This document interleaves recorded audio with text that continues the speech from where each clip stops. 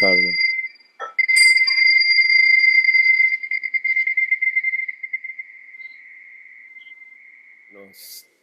Buenos días desde Los Ángeles y estamos bienvenidos a la reunión 75. Hoy es 6 de julio del 25. Estamos en la reunión 75. Vamos a tratar de terminar hoy la sección 12, el pensamiento antiguo vestido a la moderna. Aquí están las páginas del libro nuevo editado en la Sociedad Teosófica de Pasadena. Espero que lo tengan. La edición es un poco mejor. Recuerden que la pueden bajar del PDF. La próxima, el volumen 2, lo más probable es que esté en PDF en los primeros 6 meses del 26. Ya le están dando los últimos detalles, corrigiendo algunas palabritas y es muy importante, ¿verdad? Tener nuevas ediciones, modernizarlo o mejor dicho, aclarar los términos, etcétera, etcétera. Bien, Daniel nos ofreció continuar con su presentación y voy a dejar el share aquí para que tú le pongas tu pantalla. Muy bien. A Daniel.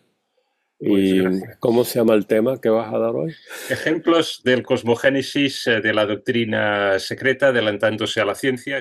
Creo que no le hemos dado en la Sociedad Teosófica suficiente importancia a veces a lo pioneros que es la teosofía en ese momento, ¿no? Cuando se escribió la doctrina secreta y Elena Blavatsky y posteriormente otros teósofos, adelantándose a descubrimientos que luego la ciencia hizo. Y entonces, en esta pequeña sección he querido recoger 3 o 4 de estos adelantos que Elena Blavatsky pues los formuló varias décadas antes de que la ciencia los admitiera, ¿no?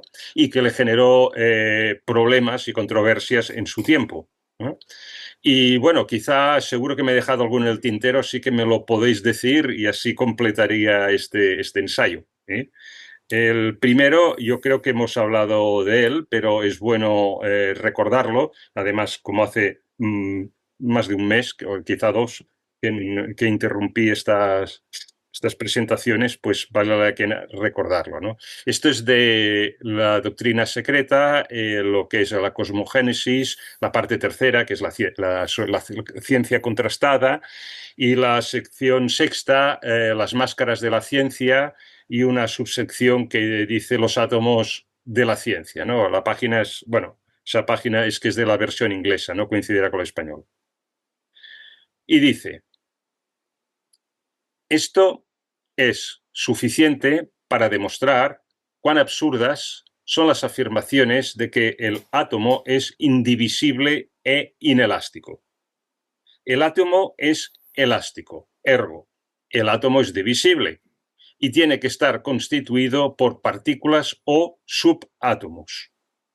¿Y qué son estos subátomos? Son o bien inelásticos, en tal caso no presentando relevancia alguna, o bien son elásticos también, y en tal caso divisibles. Y así ad infinitum. Pero una divisibilidad infinita de los átomos reduce la materia a simples centros de fuerza, es decir, excluye la posibilidad de concebir la materia como una sustancia objetiva, o sea, con corporeidad. Bueno, la doctrina secreta, incluyendo este texto, fue publicado en el año 1888, ¿no? Entonces, en la época de Elena Blavatsky, el concepto de la ciencia respecto al átomo venía influenciado por las teorías que la mencioné, de las proporciones múltiples de Dalton y posteriormente la atómica de Thomson, ¿eh? Y brevemente recordar que Dalton resumió una serie de observaciones y formulando esta ley de las proporciones múltiples, y esto fue 2 años antes de publicarse la doctrina secreta. dijo pues, que los elementos químicos se combinan en proporciones fijas de números enteros. Por ejemplo, 2 partes de hidrógeno con 1 parte de oxígeno para dar 1 parte de agua. 2 partes de hidrógeno con 1 de oxígeno para dar 1 de agua, ¿no? Y esta ley se podía explicar de forma elegante, ¿no? Suponiendo que los elementos estaban formados por átomos, ¿no? Y así la materia estaba compuesta por partículas diminutas, indivisibles e indestructibles, y que se llamaron átomos. Y estos átomos sería la unidad fundamental. Pues esto es lo que se creía en la época de Elena Blavatsky, cuando ella dijo este texto, ¿no? Y unos años más tarde, de hecho en 1904, cuando ya hacía pues 16 años que se había publicado la doctrina secreta, J.J. Thomson anunció el modelo del pudding, ¿no? de ciruelas, ¿no? Decía que el átomo indivisible es una esfera como un pudding, ¿no? De carga positiva distribuida uniformemente en un diámetro, y en la cual se encuentran empotrados los electrones, neutralizándose las cargas positivas con las negativas. Entonces, si los electrones son desplazados, intentarían volver a su posición original, pero en todo caso, el átomo indivisible. Entonces, unos pocos años más tarde, en 1911, es cuando Rutherford anunció el modelo del sistema solar. Bueno, lo veis aquí, ¿no? Es como un sistema solar en miniatura, ¿no? Tampoco es que sea realmente así, ¿no? Pero, claro, 1911, ¿no? O sea, y del 1988, cuando se publicó la doctrina secreta con este texto, y la que le cayó encima por decir todas estas cosas, y en 1911, cuando se formuló Rutherford su modelo del sistema solar, pues pasaron, pues eso, 12 y 11, pues 23 años, ¿no? Bueno, y seguido vino 2 años más tarde Bohr con su átomo de niveles de energía atómicos, los cuantos, etcétera, etcétera. Pero fijaros cómo se adelantó, ¿no? Elena Blavatsky a la ciencia, ¿no? Pero hay más cosas, ¿no? Por ejemplo, esto es también el Cosmogénesis, un comentario, bueno, sí entrecortado, he puesto las partes más relevantes para lo que aquí toca, es de la estancia 3, la Shloka 11, ¿no? Y dice, padre, madre, tejen una red, y esta red es el cosmos. Recordaros padre, madre, espíritu, materia, etcétera, ¿no? Ideación sustancia, ideación cósmica, etcétera. Se expande cuando el aliento del fuego está sobre ella y se contrae cuando el aliento de la materia la toca. La expansión y contracción de la red, expresando aquí el movimiento pulsatorio, porque es la contracción y expansión regulares del océano infinito y sin orillas. Esto, bueno, de alguna forma, pues está claro, habla del Manvantara y los Pralayas, ¿no? Bien, esto dentro del vocabulario nuestro, el teosófico, pero claro, esto también hace referencia, pues, de alguna forma al Big Bang, ¿no? Tal como lo entiende la ciencia moderna. Pero vamos a ver, casi 30 años después de publicar la doctrina secreta, cuando en 1917 Albert Einstein aplicó su recién formulada teoría general de la relatividad al universo, aplicó su fórmula y la teoría al universo, descubrió que este o bien debería expandirse o contraerse. Claro, en esa época imperaba la teoría de Newton, que el universo era estático, era infinito, era cartesiano, ¿no? Tridimensional, etcétera, ¿no? Entonces, claro, esto de que él se diera cuenta que el universo o se debía estar expandiendo o contrayéndose según su fórmula al aplicarla al universo, dijo, no puede ser.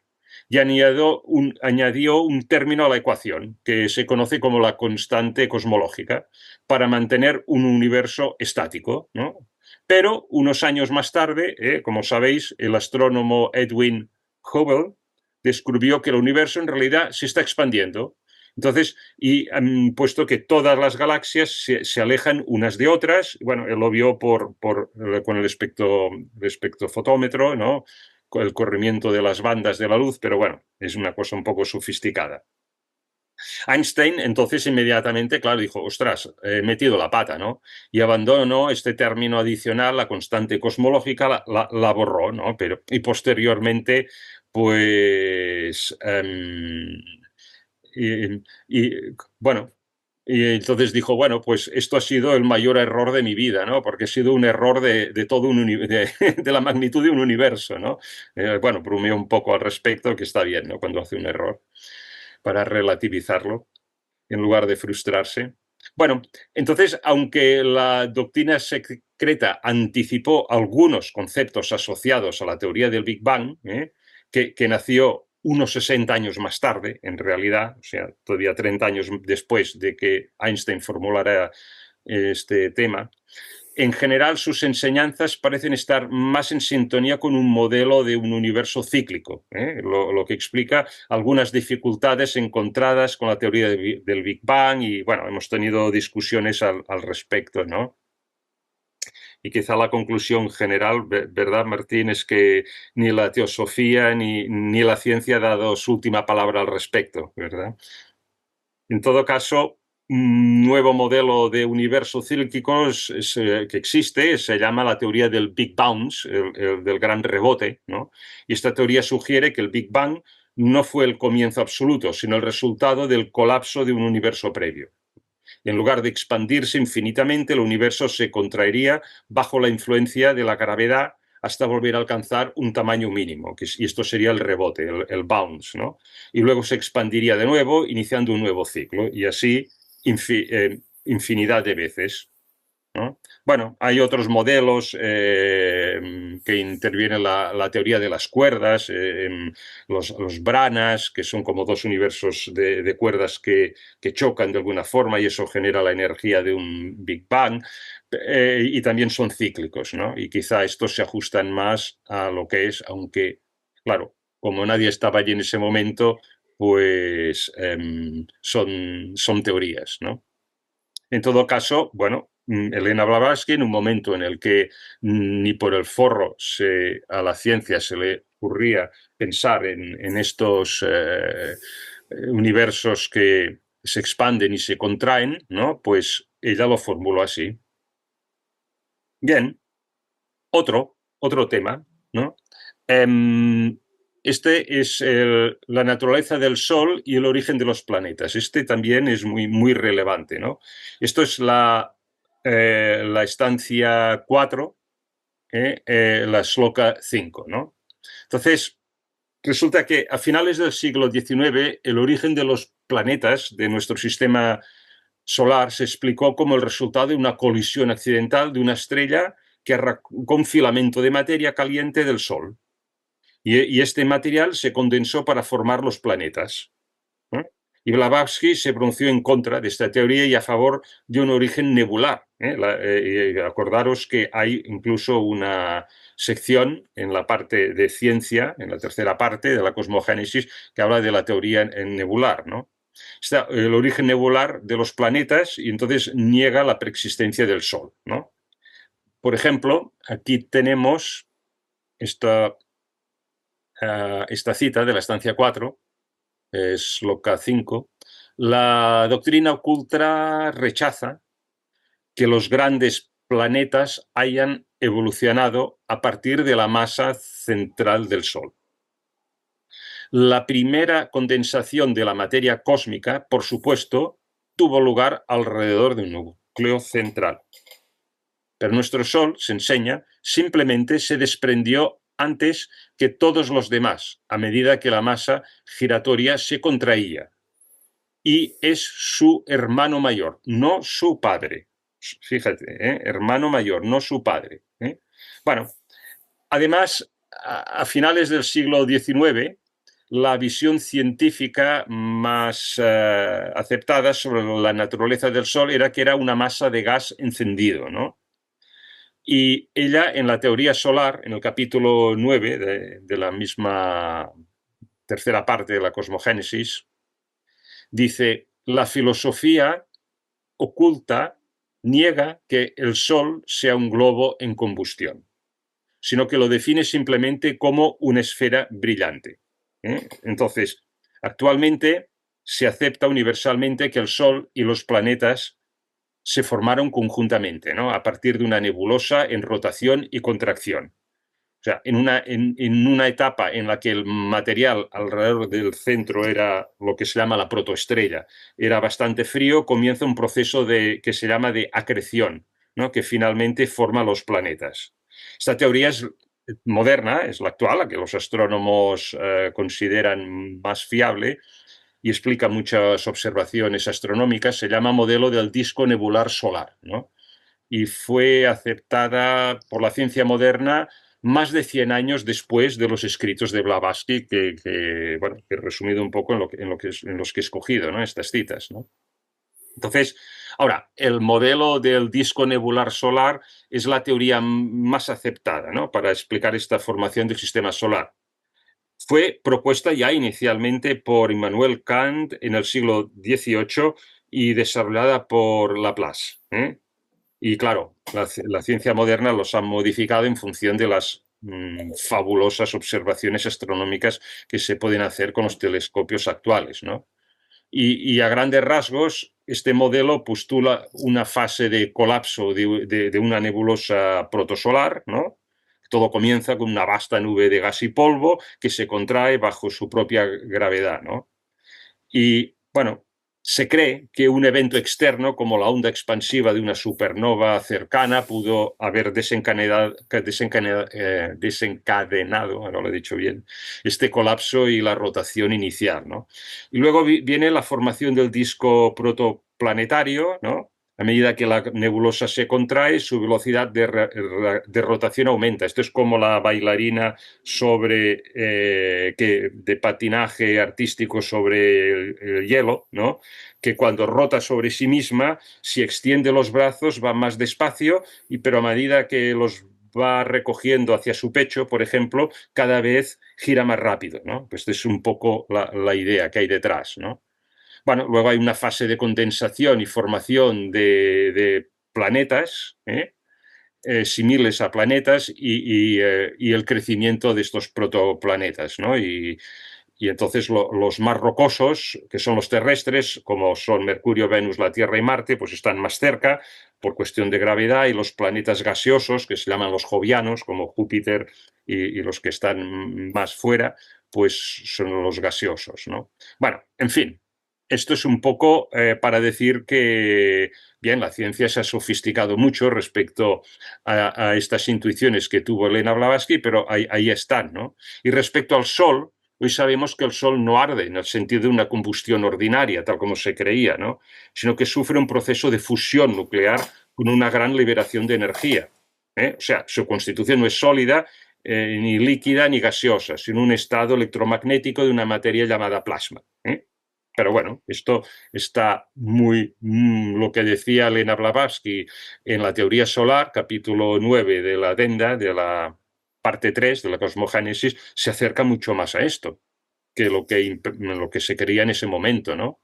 Esto también es un crédito que se tiene que dar a la teosofía y a Elena Blavatsky, ¿no? Bueno, otro tema es la gravitación, ¿no? Por ejemplo, esto es otra vez la parte 3, la parte de la ciencia. ¿Es la gravitación una ley? Creo que lo vimos, ¿no? Entonces, aquí hay dos citas de esta sección. Dice la primera, que el magnetismo existe en la naturaleza es tan cierto como que la gravitación no existe. Al menos no en la forma en que lo enseña la ciencia. Fijaros, qué atrevimiento en esa época, porque era Newton, iba a misa en esa época, O sea, todo lo que había escrito Newton, todo eso iba a misa. Los astrónomos, la segunda cita, los astrónomos que ven en la gravitación una solución fácil para muchos problemas y una fuerza universal que les permite calcular así los movimientos planetarios, se preocupan poco por la causa de la atracción. Llaman a la gravedad una ley, una causa en sí misma. llamamos a las fuerzas que actúan bajo ese nombre efectos, y también efectos muy secundarios. Bueno, pues hay muchos fenómenos en nuestro sistema solar que nos hacen preguntar cómo se originó de forma tan coordinada, ¿no? Los planetas giran alrededor del Sol de forma uniforme, sus órbitas son ligeramente elípticas y prácticamente todas están en el mismo plano, mientras que sus velocidades orbitales varían según la raíz cuadrada inversa a la distancia del Sol. Esto es lo que recoge la ley de gravitación de Newton, ¿no? Hace un siglo, el movimiento de los planetas se explicaba basándose en esta ley, en la ley de gravitación de Newton. Y Elena Blavatsky tuvo la osadía de negarlo. De hecho, ella fue más allá al afirmar que la gravitación ni siquiera era un fenómeno real, tal como os acabo de leer la cita. Entonces, en la enunciación de Newton de la ley de la gravitación no se menciona la causa, y es que pasó de puntillas por ello. Jamás se atrevió a ni siquiera hacer especulaciones acerca de la causa de la gravitación. Y los científicos posteriores a Newton también pasaron de puntillas sobre el tema este, ¿no? Entonces, el concepto aceptado en el siglo XIX, y diría buena parte de la primera mitad del siglo XX, era que la gravedad era una propiedad inherente a la materia. Bueno, pues la materia atrae materia, y el que tiene más materia atrae al que tiene menos materia, y ya está. Pero eso no es una explicación, es una constatación, ¿no? Bueno, algunas décadas después de la publicación de la doctrina secreta, la teoría de la gravitación de Newton fue revisada por Einstein, quien postuló que la gravedad no es una propiedad de la materia en sí, y reinterpretó este fenómeno físico como resultado de la distorsión del continuo espacio-tiempo. Aquí veis un poco recreándolo, ¿no? Como si fuera una superficie, una cama, ¿no? Dijéramos, con un colchón, una colcha, perdón, con cuadraditos. Y si pones una esfera pesada se hunde un poco y deforma las líneas del dibujo de la cuadratura de la colcha, ¿no? Además, la fuerza de la gravedad es la única de las 4 fuerzas fundamentales de la física que no puede formularse desde el punto de vista de la mecánica cuántica, ni las fuerzas electromagnéticas, ni las fuerzas fuertes que mantienen el núcleo unido, ni las débiles que explican la radiación. Entonces, el postulado de esa partícula, ¿no? Que el gravitón, no se ha podido encontrar hasta ahora. Solamente se ha podido detectar las ondas gravitatorias de explosiones fenomenales de lejanas supernovas, ¿no? Pero lo que es la partícula asociada a la onda gravitatoria no se ha podido encontrar. Por ejemplo, la onda electromagnética pues tiene el fotón y se ha podido detectar el fotón como partícula, pero no el gravitón. Es una posible partícula teórica, ¿no? Pero no se ha podido detectar en laboratorio. Bueno, todo esto respalda la crítica de Blavatsky sobre un tema que fue incuestionable durante muchísimos años. Y bueno, todo esto creo que son méritos de la sociedad teosófica, que es justo que los teósofos lo recordemos al mundo científico, porque es que realmente fue unas premoniciones muy importantes, ¿no? En su época y muy controvertidas. Bueno, aquí era el final de este primer tema. No sé si alguien quiere comentar alguna cosa. ¿Alguien encuentra faltar quizá alguna otra premonición que tuvo científica Elena Blavatsky y que no he recogido? No, solamente para decirte que es muy, muy, muy buena tu presentación, muy sintética y porque muchas veces leyendo pasa que los árboles no nos dejan ver el bosque, ¿sí?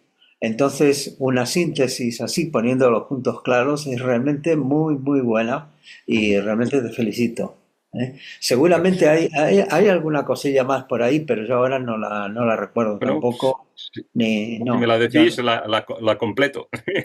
Nada, pero bueno, muy bueno, muy bueno, muy bueno. Felicitaciones. Gracias. Porque vale la pena esto hacerlo saber, ¿no? Dentro de la comunidad Sí, teosófica presentamos un poco de autoestima, ¿no? También. felicitaciones y gracias. A ti. María Acevedo. Gracias por esa presentación. Yo después le escribo para decirle unas cuantas que hemos descubierto en el grupo, pero hay una que me llama la atención, a ver si usted nos puede decir algo sobre eso. Ella siempre dice que no hay ley gravitacional, sino atracción y repulsión. Pero dice que los que mantienen al planeta en equilibrio es un laya que rodea cada uno de los planetas, soles, etcétera. ¿Podría abundarme sobre eso? Porque yo estuve investigando.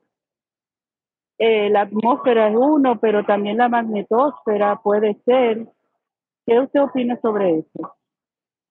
Bueno, a ver, yo las dos citas que he sacado, en la primera, muy breve, dice que el magnetismo existe en la naturaleza. Yo creo que ella más bien pensaba eso, que era una fuerza magnética.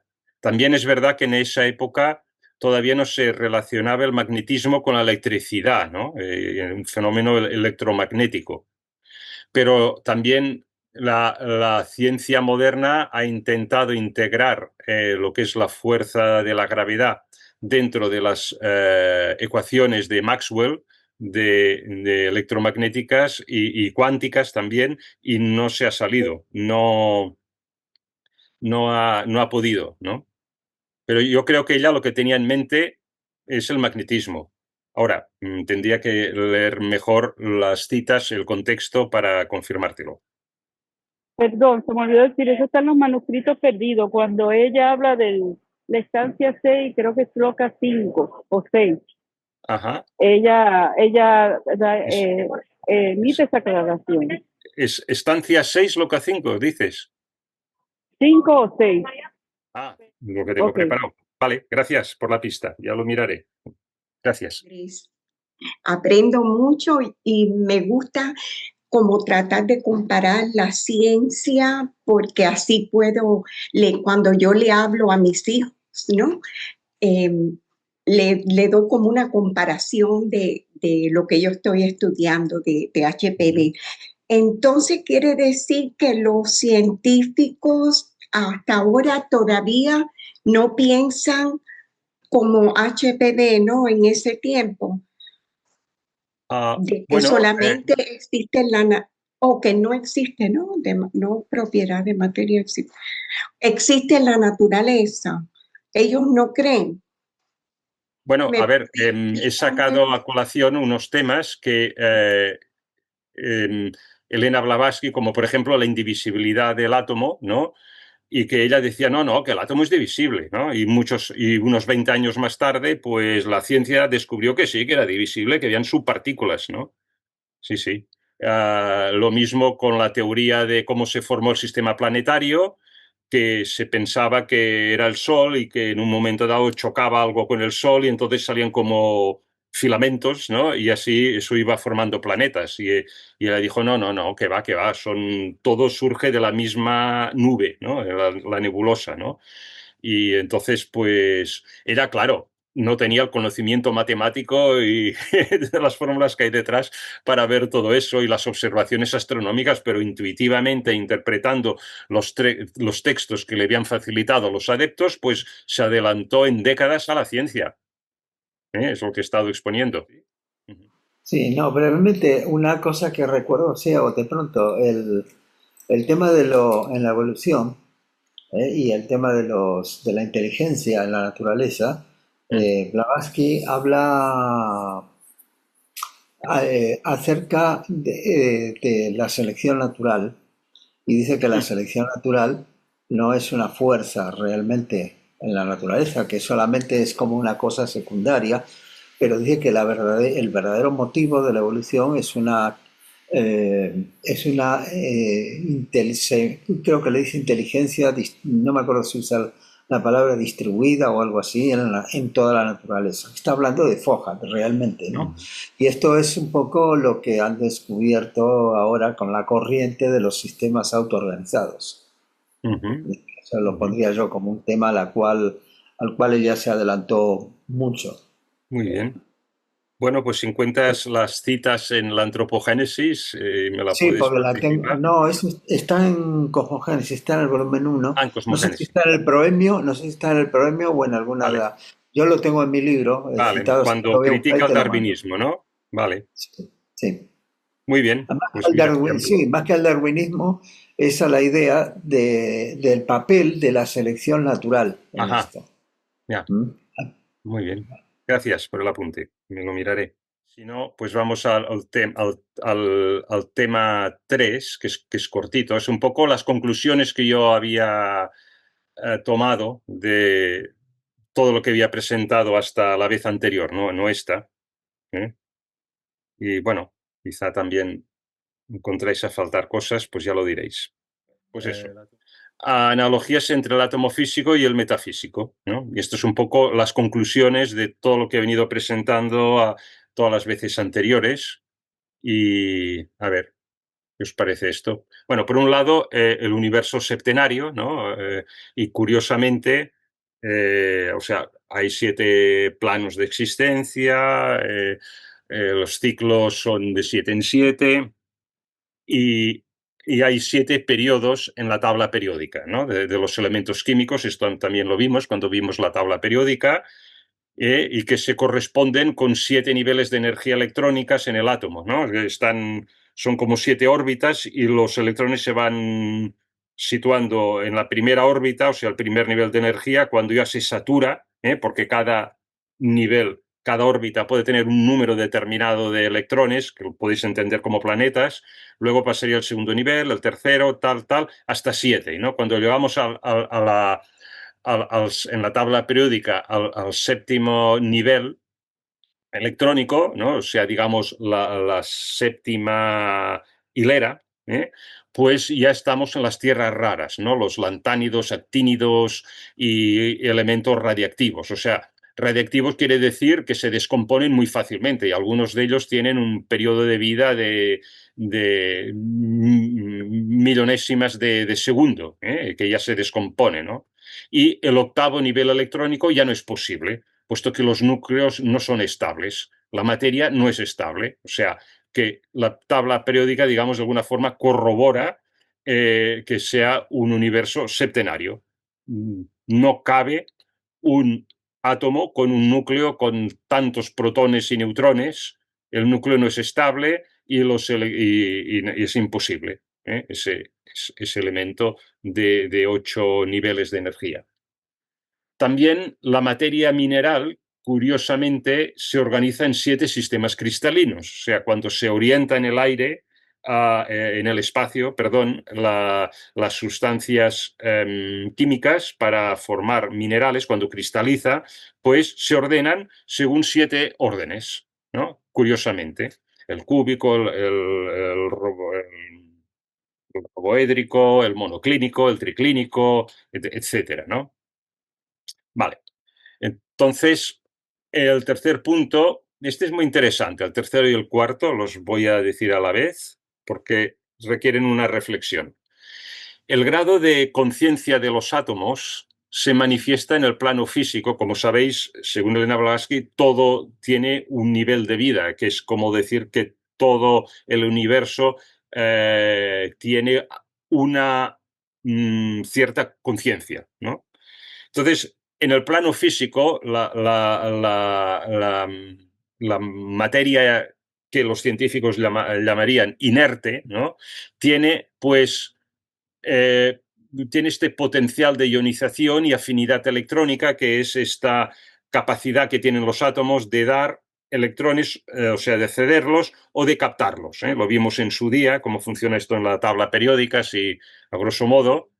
Entonces, todo ello es porque la tendencia que tienen los átomos a alcanzar la configuración electrónica del gas noble más cercano, helio, neón, argón, etcétera, y el xenón y el radón, ¿no? Más cercano a base de ceder o capturar electrones respectivamente, y así, al cederlos o al captarlos, tienen la misma configuración electrónica que el gas noble más cercano en la tabla periódica. Entonces, esto es como un grado de conciencia de atracción y rechazo, ¿no? En pro del equilibrio inherente que la materia busca, de forma a su nivel de conciencia, ¿no? que viene dado por el gas noble más cercano. Los gases nobles, para vuestra referencia, no pueden reaccionar, porque están completos. Están ocupados todos los electrones posibles en su configuración electrónica y no pueden ni cederán ni podrán captar electrones. En este sentido, son neutros químicamente. Bueno, y es que las configuraciones electrónicas de los gases nobles son las más estables. El resto de elementos químicos, lo he puesto entre comillas, anhelan alcanzarla, ¿no? Mostrando este aspecto de la materia semejante a un deseo inherente a buscar el equilibrio, ¿no? Entonces, esto para mí, bueno, cada uno lo puede ver como quiera, ¿no? A mí lo que me ha recordado es la ley del karma, ¿no? Se puede entender la ley del karma se puede entender desde diferentes enfoques, ¿no? Y uno de ellos es que podemos entender la ley del karma como una ley universal de restitución del equilibrio perdido, ¿no? Cada vez que se define un fenómeno por carencia o ausencia de otro, automáticamente se genera lo opuesto para restituir el equilibrio. No sé, a nivel humano, si existe el sentirse dormido, automáticamente aparece la posibilidad de sentirse desvelado, ¿no? Si hay la posibilidad de sentir odio, automáticamente se genera la posibilidad de sentir amor. Si existen puestas de sol, automáticamente habrán también salidas de sol, ¿no?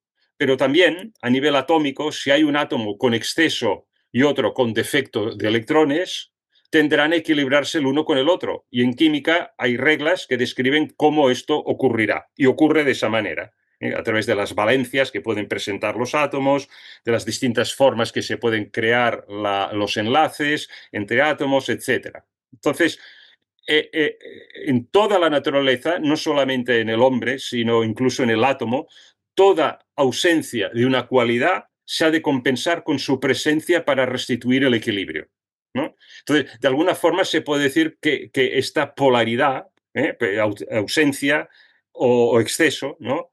Esta polaridad es la dualidad del universo, ¿no? Y es la que genera el karma, entendido como esta concatenación de causas y efectos, ¿no? Entonces, el concepto de restitución para reencontrar el equilibrio alterado descarta la explicación de la recompensa y el castigo, ¿no? En este sentido, ¿no? Esto es una interpretación muy humana, ¿no? En este sentido, y creo que el átomo nos lo enseña con este trasiego de electrones buscando el equilibrio, ¿no? La ley del karma es un juego cósmico, ¿no? Y no tiene intención moral. No hay una ética detrás que impulse la acción del karma, ¿no? Y lo vemos muy, muy claro en el átomo y nos puede dar a pensar, ¿no? Respecto a la acción humana, ¿no? También. Entonces, este aspecto de la ley, el de la restitución del equilibrio en la naturaleza, apunta en una dirección muy interesante, ¿no? Que esto que en el karma llamamos la causa y el efecto no son dos fenómenos separados diferentes, ¿no? Que forman parte, puesto que, como lo diría, forman parte de la misma naturaleza del fenómeno. Y ambos están presentes en el fenómeno, la causa y el efecto. Yo qué sé, si comemos en exceso, pues nos dolerá el vientre luego, ¿no? Porque tendremos una mala digestión. A cambio, si nos moderamos, pues en la comida, pues disfrutaremos de salud, ¿no? Pero es que, claro, también, otra vez, volviendo al tema en fin, lo he dicho para que se entienda, porque en el ejemplo del átomo es que este trasiego, el compartir electrones, son dos aspectos.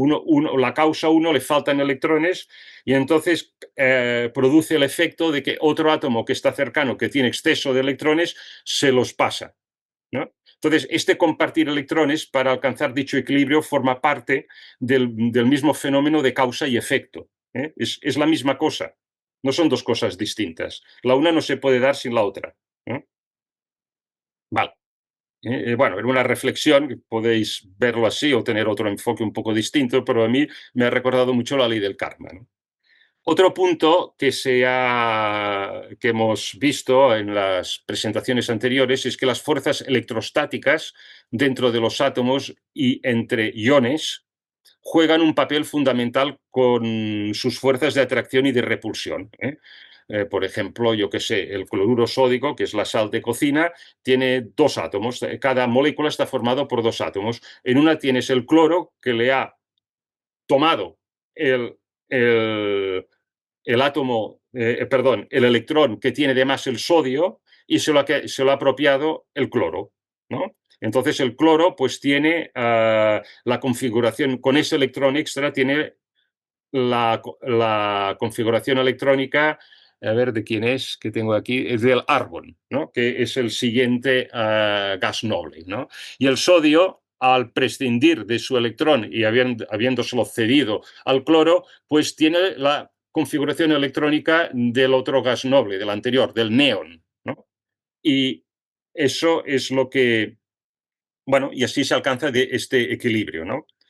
Y entonces, y esto es lo que genera la arquitectura molecular, ¿no? A partir de los átomos propios de cada plano de existencia, la fuerza cósmica, ¿no? O FUAD, ¿no? Actúa para dotar de formas dicho plano, y el físico no es una excepción, es lo que acabo de escribir, y a partir de aquí pues se van formando los sistemas cristalinos, etcétera, etcétera, etcétera, a partir de las fuerzas electrostáticas propias de los átomos ionizados. Ionizados quiere decir que tiene más o menos electrones de los que tiene por la tabla periódica.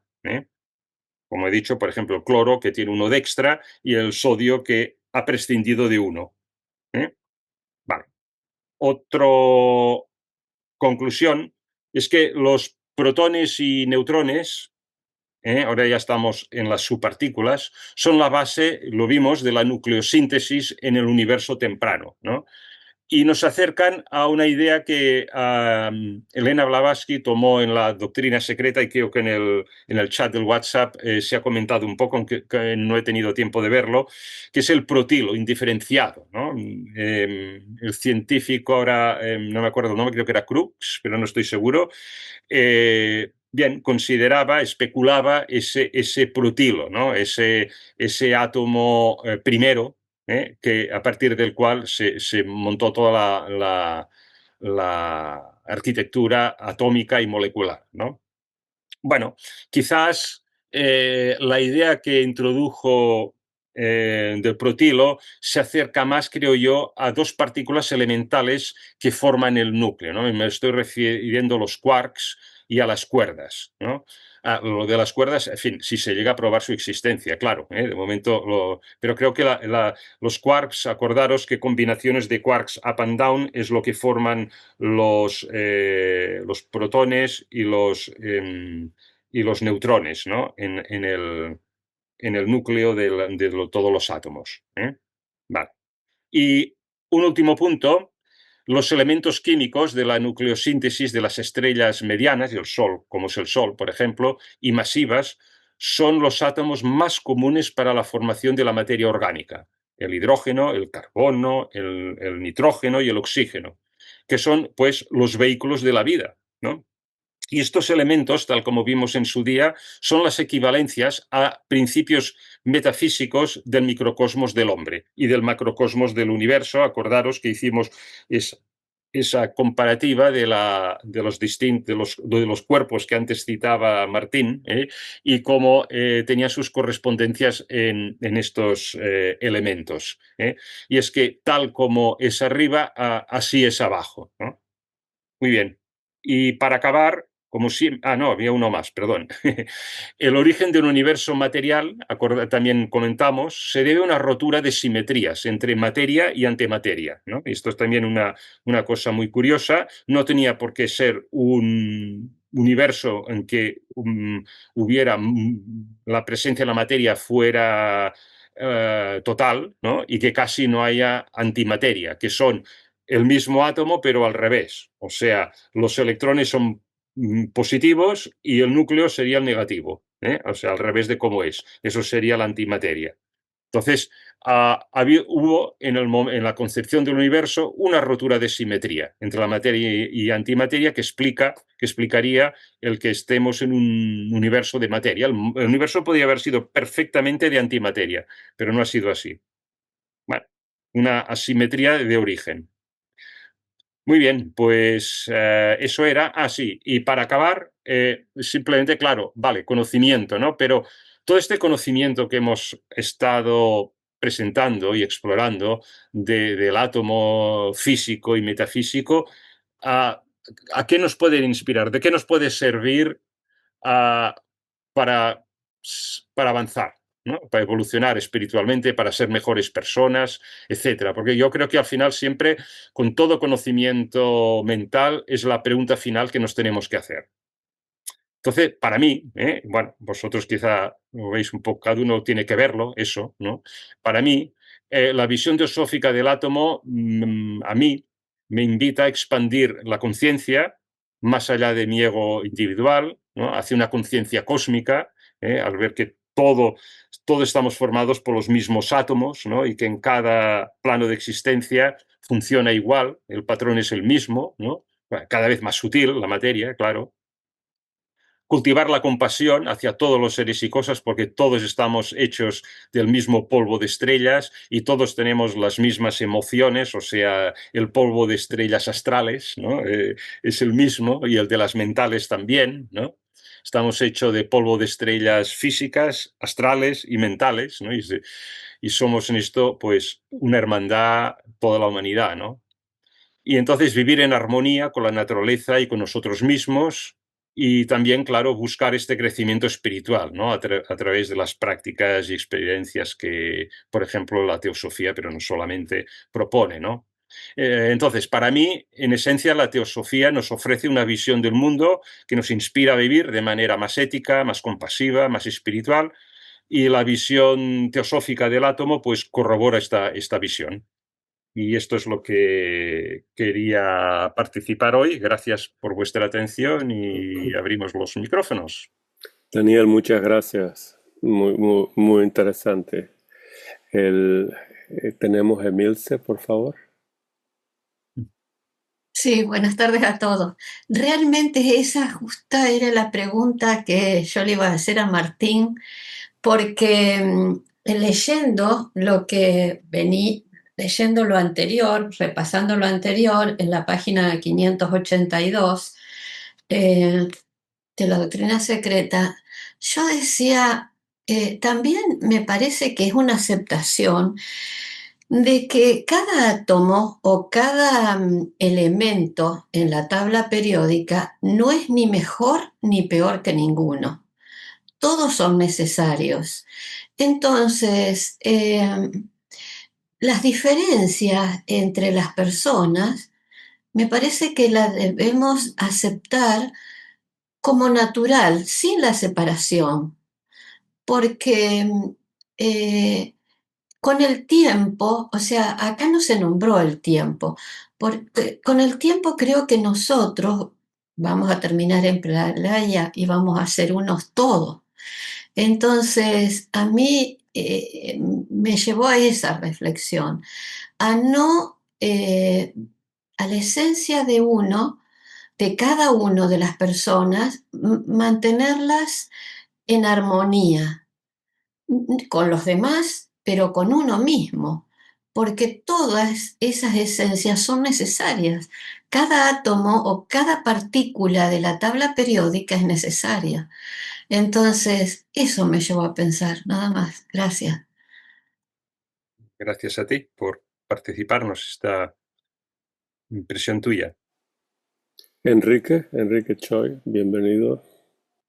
Sí, gracias. Mi pregunta va orientada más a la concepción védica de la realidad. Según los Vedas, digamos, hay una manifestación, digamos, suprema que se llama Parabrahma, pero de ahí hay otras manifestaciones que son reflejos de ese Parabrahma, ¿no? Mula Prakriti y Mahat. Y al final lo fenoménico, ¿no? Que es observado por las entidades vivientes, ¿no? Entonces se puede decir que eso que es lo sutil es eso que están, digamos, trabajando ahorita los científicos, ¿no? El quark, los bolsones de Higgs, etcétera, ¿no? Pero no conocen esa realidad, digamos, causal que está en la Prakriti, ¿no? Y mucho menos la para Brahma, ¿no? Fíjese que todo, el sustrato de todo lo que está es para Brahma. Creo que ustedes le llaman absoluto, no sé. Entonces se puede decir que en realidad el conocimiento total viene cuando uno ya llega a ese principio, ¿no? Cuando uno ya está en para Brahma, digamos, acaba realmente el conocimiento, o acaba digamos, el producto, porque el hombre es un producto inacabado, ¿no? Inconcluso. No sé qué opina. Gracias. Bueno, para Abraham, ¿de qué nivel estás hablando, Enrique? Eso yo creo que incluso supera la capacidad de nirvana de nuestro Manvantara actual, ¿no? O sea, claro, estamos muy abajo respecto a eso, pero en fin, no estoy, me resuena todo lo que dices y conceptualmente estoy de acuerdo con ello, simplemente, y además ya sabes que la teosofía se basa mucho en los Vedas y lo que dices con palabras muy parecidas en el proemio ya lo adelanta Elena Blavatsky, ¿no? Pero estamos donde estamos, ¿no? Si no, nos habríamos encarnado aquí. Sí, bueno, en relación con el tema de los átomos que intentan asimilarse a el gas noble más próximo, procediendo o captando electrones, se me ocurre que, claro, al tener una órbita completa, al quedar con un orbital completo, con su nivel electrónico, con sus 2 o 8 electrones, podemos decir que podemos hacer un paralelo. No quiero decir que sea exactamente, pero podemos hacer un paralelo. Lo que busca el átomo es vivir en plenitud. Es un poco, nada más. Bueno, es bonito, es muy poético. Yo he hablado de equilibrio, tú has hablado de plenitud. Muy bien, muy bien. Eres más poético que yo. Sí, y de armonía. Y de armonía. Sí. Dora, por favor. Buenas tardes. Una pregunta. Disculpen mi ignorancia en estos campos, pero cuando hablaste sobre los gases inestables, pasan a otro estado de la materia, un estado de la materia que nosotros ignoramos, o me puedes explicar un poco más. Los gases inestables. Sí, sí, sí. He hablado de los gases nobles, pero gases inestables no tengo conocimiento, no sé, ¿verdad? En qué de las sesiones presenté esto, pero cuando hablé de la tabla periódica, fíjate que la tabla periódica, estos son los gases nobles, la última columna, ¿no? Ajá. Entonces, el hidrógeno este es el primer nivel de energía. Esto es como si éramos la órbita de Mercurio, para decir algo, la más cercana al Sol, si el Sol fuera el núcleo, ¿no? Y entonces esta es la primera órbita. Y en la primera órbita solamente caben 2 electrones. El primero, bueno, entonces se forma el átomo de hidrógeno. Y si se pone el segundo, entonces es el átomo de helio. En el segundo nivel, que sería, pues que viene Mercurio-Venus, ¿no? Sí, sería, digamos, la órbita de Venus, ¿no? Para decir alguna cosa, haciendo el símil, entre sistema solar y átomo, ¿no? Porque tampoco es exactamente así. Bueno, hay 2 electrones en un primer subnivel que formarían el litio y el berilio, y luego, bueno, toda la serie esta que el boro, carbón, nitrógeno, oxígeno y flúor, y se completa este segundo subnivel de 6 electrones, el neón. Y esto sería el segundo gas noble. Entonces, fíjate, cuando antes decía que el cloruro de sodio, cuando haces, el sodio aquí tiene un electrón, en el tercer nivel, tiene un electrón. Por supuesto que los 2 niveles anteriores los tiene completos, pero el tercer nivel solamente tiene un electrón. Y estos son los electrones que interactúan con otros. Y dice, me cachis. Y yo, si me quito mi electrón de encima, tengo la configuración electrónica del neón, que es el que tiene más cerca, que es el siguiente de atrás. Esto es lo que hacen. Estos son y estos gases nobles, como que tienen el nivel exterior, la órbita más exterior completa, a tope de lo que admite, pues no reaccionan. Por ejemplo, estos helio, neón, tal, se utilizan como atmósferas inertes. En medicina y así, pues para asegurarte que lo que contienen no tenga ningún tipo de reacción. Por ejemplo, pues se utiliza una atmósfera en lugar de poner oxígeno, que podría hacer que esa sustancia médica se oxidara, pues ponen helio, neón, por ejemplo. ¿Sí? Bueno, hablaste sobre la capacidad, está en relación a la capacidad de atraer o soltar, si cabe la palabra, los átomos, ¿no es cierto? Electrones, sí, sí. Pero a lo que yo me refería, ¿estos gases inestables tienden a pasar a otro estado de la materia? ¿Te refieres a los elementos inestables? Ajá. Vale. Sí. Ahora te pillo. Bueno, los elementos no siguen allí, porque los electrones es una muy pequeña parte del átomo. Uh-huh. Lo que da masa al átomo es el núcleo, uh-huh, donde están los protones y los neutrones. Eso es lo que le confiere casi toda la masa. Creo que la masa de un electrón es 1 dividido entre una 1800ava parte de lo que es un protón. O sea, es una cosa pequeñísima. Casi toda la masa está en el núcleo. Entonces, el sodio sigue siendo sodio cuando reacciona. Y lo único que, claro, que al unirse, formando un enlace con el cloro, pues se presenta en forma de sal de cocina, ¿no? Cambia su forma externa, pero el sodio como tal es rescatable del cloruro de sodio. Lo disuelves en agua, haces una electrólisis y en un electrodo te aparecerá el cloro y en el otro el sodio. Uh-huh. O sea, es rescatable. O sea, no es que desaparezca el sodio por arte de magia. No. Sí. Una clase de química de... Sí, tenemos a Carlos y quizás pasamos adelante. Sí, por supuesto. Creo que quizás lo que Dora preguntaba es qué pasa con los elementos que son tan pesados que son inestables, ¿no? Los elementos inestables del final de la tabla. Claro, exactamente. Entonces, explícalo tú, perdona, Dora. Ahora. Bueno, nada, lo que pasa es que justamente son tan pesados que emiten espontáneamente partículas, como partículas a través del proceso de desintegración radiactiva. Pero no es que cambien de estado, sino que cambian de naturaleza, deja de ser el átomo de ese elemento para convertirse en un átomo se fisionan, o sea, en un átomo inferior, como pasa, por ejemplo, con el uranio en los reactores, que se produce una fisión y empiezan a emitir neutrones rápidos que chocan con otros, les producen a su vez esa reacción y por lo tanto transmuta y hay subproductos y pasan a ser o un uranio de inferior masa, o sea, o directamente otro elemento.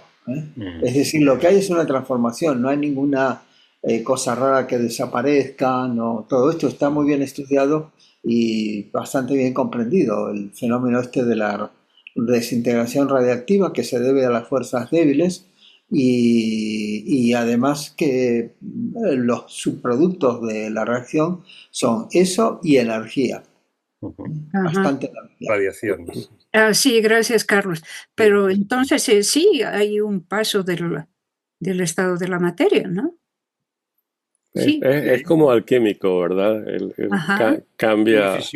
Una fisión. Sí, pero no es químico, es como alquímico porque desaparece como uranio y aparece como otras cosas, ¿verdad? Como otros elementos, sí. ¿Verdad? La fisión. Ya, es muy interesante ese proceso radiactivo. Me gustaría retomar antes de continuar lo que dijo Enrique, que es muy interesante porque Blavatsky en todos estos temas nos recuerda que la gran diferencia entre la ciencia y teosofía es que la teosofía siempre va a las causas primeras, y esas causas primeras tienen relación con lo que estaba mencionando Enrique, para Brahman, Mula Prakriti y los estados iniciales del universo, que todavía la ciencia no ha llegado porque no las ha podido observar, pero intuitivamente saben que hay estados de materia mucho más sutiles y energéticos o campos, etcétera, etcétera. Así que lo bonito de la Vedanta es que tienen todo un sistema evolutivo de esa materia primordial a través de los elementos primordiales, y tienen ese proceso como Platón de quinto duplicación, que se multiplica la materia, se asocia. Nosotros lo llamamos los elementos primordiales, ¿verdad? El fuego, el aire, akasha, lo llaman ellos también. Y todo eso está tratado para explicar la cosmogénesis. A mí me gusta mucho la Vedanta y el estudio de cosmogénesis. En fin, Enrique, gracias por tu pregunta. Pero sí tienes razón. La teosofía y la ciencia cubren el aspecto fenoménico, pero la teosofía cubre ahora, o la teosofía cubre o trata del aspecto noménico, el aspecto abstracto, las causas primeras, ¿verdad? Y Blavatsky llama a la ciencia de las causas secundarias, etcétera, los efectos de esto. Eso es muy interesante, ¿verdad? Estudiarlo. Me gustaría proponer un par de preguntas, Daniela, ya que te tengo ahí pensativo.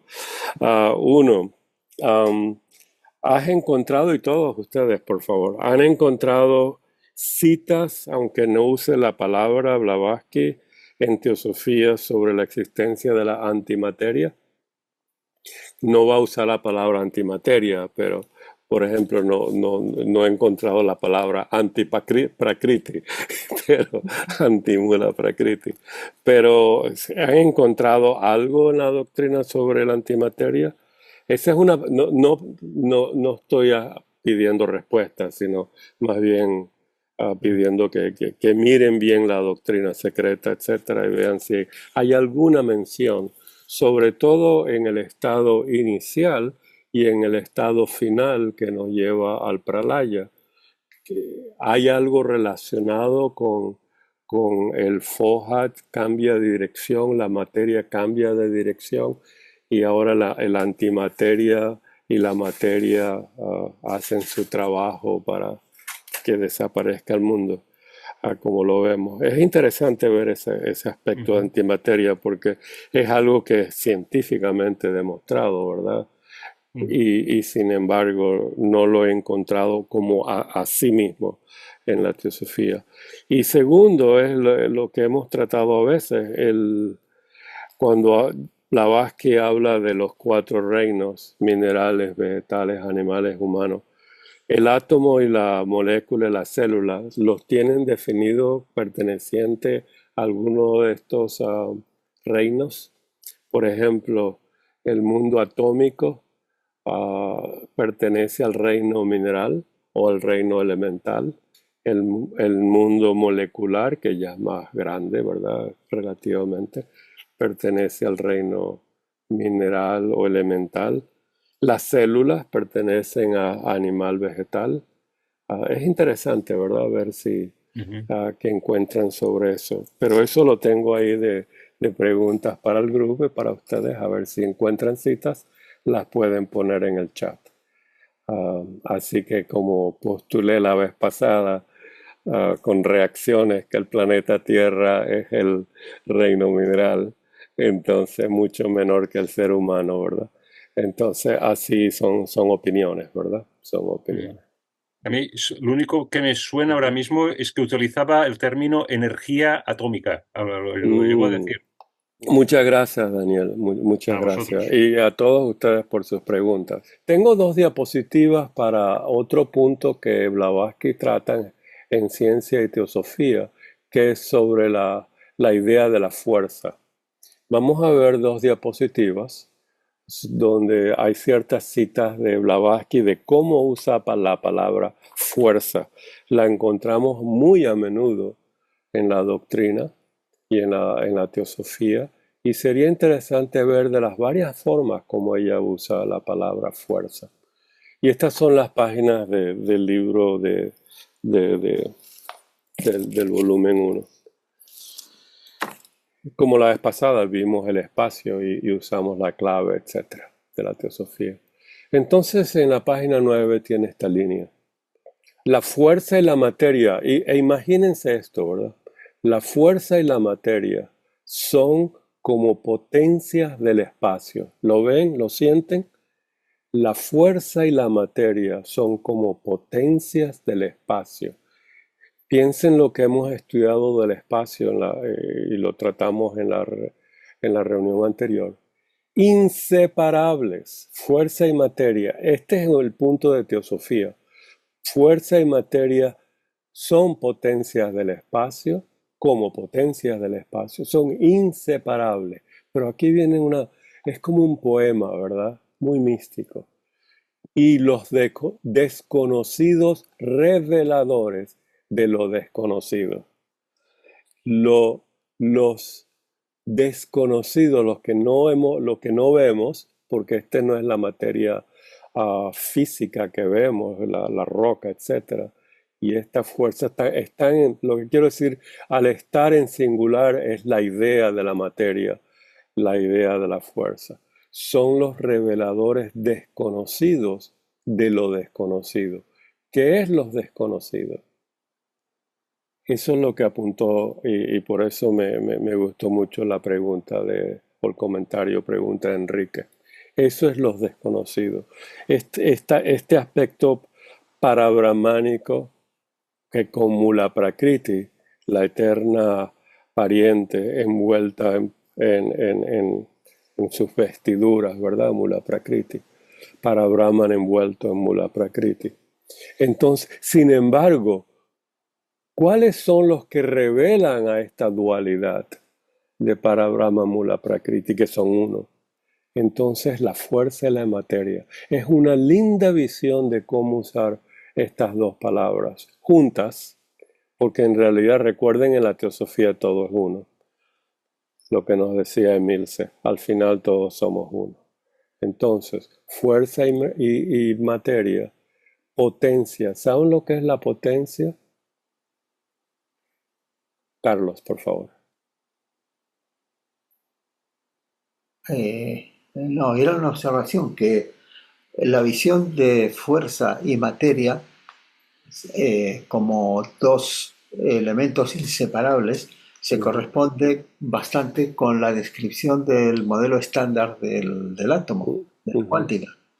Porque tenemos, por un lado, todo lo que son partículas, como los quarks, arriba, abajo, los con encanto, etcétera, etcétera, los neutrinos, los electrones, etcétera, todo lo que son todos los grupos, ¿cuánto eran? 12, si mal no recuerdo, partículas fundamentales.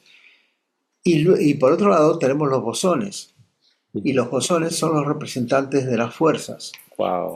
Como bosones, los fotones, que son de la fuerza electromagnética, que se corresponden con la fuerza débil, la fuerza de desintegración radiactiva, y los bosones W de los gluones, también llamados, que son los que se corresponden con la fuerza fuerte que mantiene a los quarks dentro del protón unidos, y que es una fuerza enorme.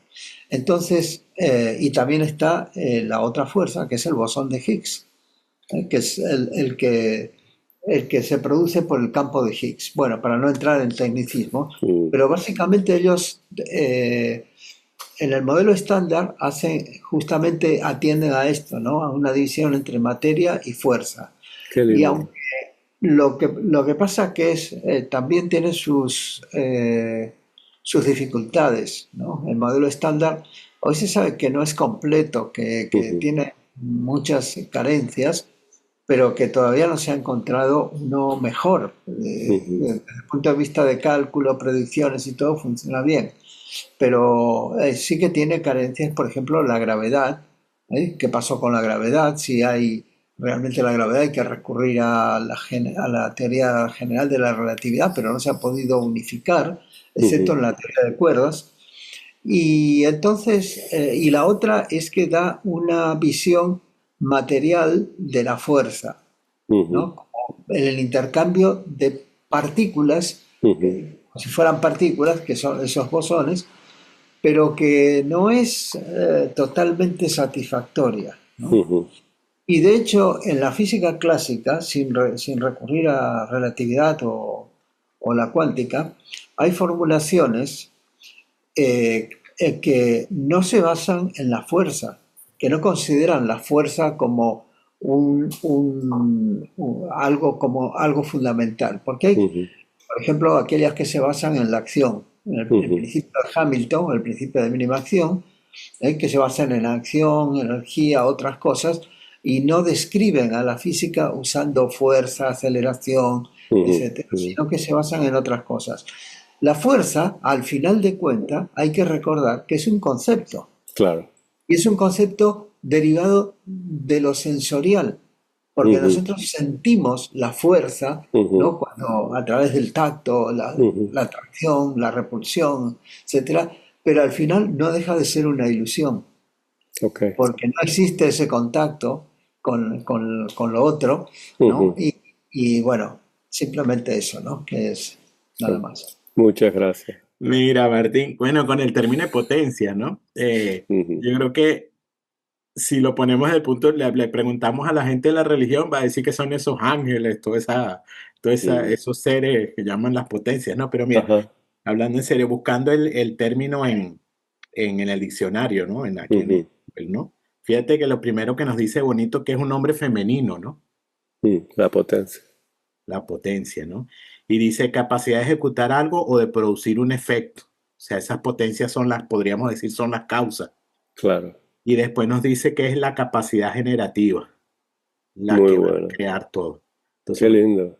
No, y eso es parte de la definición de los Dian-Chohans, ¿verdad? Exacto, los Dian-Chohans, así es. ¿Verdad? Que es la energía, las potencias del universo.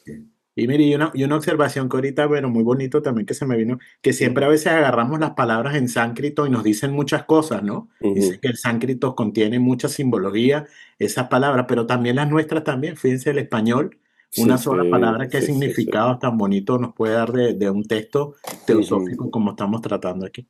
Claro. Gracias, Martín, gracias. No, gracias a ustedes.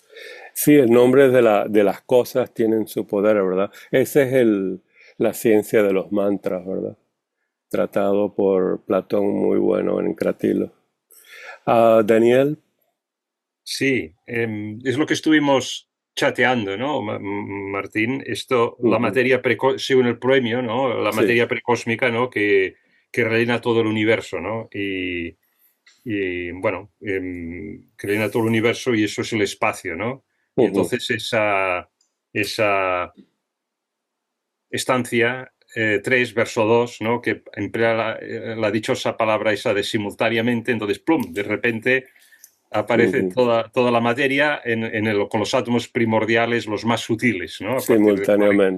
Simultáneamente, ¿no? Y eso va un poco incluso en contra del Big Bang, ¿no? De alguna forma. Claro. Pero bueno, estuvimos hablando de ello. No sé si quieres añadir algo más, porque creo que fue una conversación muy rica y que todo el mundo puede beneficiarse. Bueno, eso sería un buen tema, pero no lo quiero tocar ahora porque va a traer una gran cantidad de preguntas. En sí mismo es extraordinario. Pero en todo caso, potencias del espacio, ¿no? Como esta materia que se manifiesta, ¿no? A través de la premateria, ¿no? Claro. Pero recuerda que las causas primeras para Blavatsky siempre son los Dian-Chohans. Y esto es importante. Ahora, ¿qué es lo que revelan? Emilce, sí. Desde lo más elemental, en la física, lo que es una potencia es todo lo que aumenta el trabajo, pero en la matemática, como potencia, es lo que produce una duplicación o multiplicación de las cosas. Y esa conjunción de fuerza y materia es el desarrollo del universo. Claro, como dijo Daniel Linares, ahora tengo que poner el apellido, cuando nos dijo que hay un aspecto generadora en esa potencia. Y eso es exactamente lo que estás diciendo, Emilce. Y así se usa en teosofía, ¿verdad? Esa capacidad del universo, ese trabajo que existe en el universo que hace del 1, el 2 al 3 y se manifiesta en el universo, es algo extraordinario. Muy bello, gracias. Entonces, ¿pero qué es lo desconocido? Revela lo desconocido. En sí mismos son desconocidos porque están en singular y en mayúscula. Son las abstracciones, ¿verdad? Eso significa que todo lo que se ve como fuerzas y como estados materiales son sus efectos de algo que está en un estado de absolutidad en el pralaya y es eterno para siempre al mismo tiempo. Recuerden que cada vez que lo vean mayúscula y singular, en el estado de pralaya es en un estado de absolutidad, pero lo que quiere decir que es eterno y es periódico. Tienen que verlo teosóficamente. Pero ¿qué revelan? ¿Por qué revelan lo desconocido? Y esto es exactamente lo que es la teosofía. La teosofía no quiere que nosotros seamos astrofísicos, ni seamos químicos, ni seamos filósofos como criticando todo, ¿verdad? Como las universidades. Lo que quiere la teosofía es que nosotros comprendemos que la esencia del universo que está depositada en Alaya es el almacén de la sabiduría divina, la esencia del universo, es la misma que está en nosotros. Y esa unión nos lleva a un estado moksha, de liberación, de iluminación. Eso es lo que quiere la teosofía. Es muy sencillo. Esa atracción, esa fuerza del manas de nuestra mente, cuando despierta a que somos uno, que lo llaman un magnetismo de manas hacia Buddhi, hacia Atma. Esa fuerza, eso hay que sentirlo orgánicamente para poder decir, voy a cambiar de ser camamanásico, personal, egoísta, centrista, materialista, que lo veo todo desde el punto de vista físico, a espiritual. Y esto es lo desconocido. Y es un gran misterio, porque solamente tenemos abstracciones para hablar de ello. Pero sí se puede sentir. El místico dice, renací, volví a nacer, y escribe un poema, algo, ¿verdad? O escribe una canción. O nosotros hablamos de ello en teosofía, ¿verdad? Pero es muy poderoso esta idea, ¿bien? Y fuerza y materia son desconocidos, pero nos revelan en el Manvantara aquello que es desconocido, y esa es la deidad misteriosa, la deidad desconocida, que en el Manvantara es el tercer logo Akasha Mahat, o Alaya, o Anima Mundi, el alma del universo. Bueno, cuando he escuchado, vengo a los tiempos, en lo que es fuerza y materia, pues a nivel de la teosofía, pues, ¿no es cierto? Nos plantean que hay esa interacción y no pueden estar separados. Claro. La ciencia a veces plantea que la fuerza es una cosa y la materia es otra cosa, pero a nivel de la teosofía podríamos decirla que interactúan constantemente, ¿no es cierto? Cierto. De que puede ser desconocido, sí, pero está allí, ¿no es cierto? Cierto.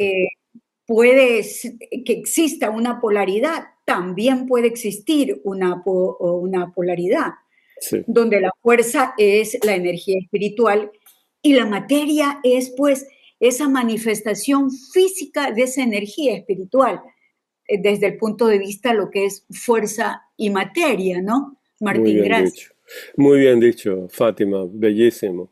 Porque si lo llevamos al ser humano, vemos que esas dos, fuerza y materia, si no la podemos sutilizar, esa energía, esa fuerza, la vamos a mezclar. dentro de nuestra mente en estados mentales muy negativos. Tenemos que tener ese discernimiento de ser siempre constructivos y espirituales. Y si vamos a mezclar cosas bajas con nuestro cuerpo, vamos a tener problemas físicos, sí, y problemas mentales. ¿Lo ves? Ya en el ser humano esa dualidad es tan concreta y la podemos bajar a niveles mentales muy feos. Así que tenemos que tener esa visión bella de la espiritualidad, de las fuerzas y de la materia para poder, como decía muy bien Enrique, estamos en un estado de cambio porque tenemos esta mente dual que tenemos que llegar a armonizarlas. Entonces tenemos que tener cuidado con el aspecto de fuerza, de vibraciones que ponemos en nuestra alma, en nuestra mente y el tipo de materia. Gracias, muy buenas ideas.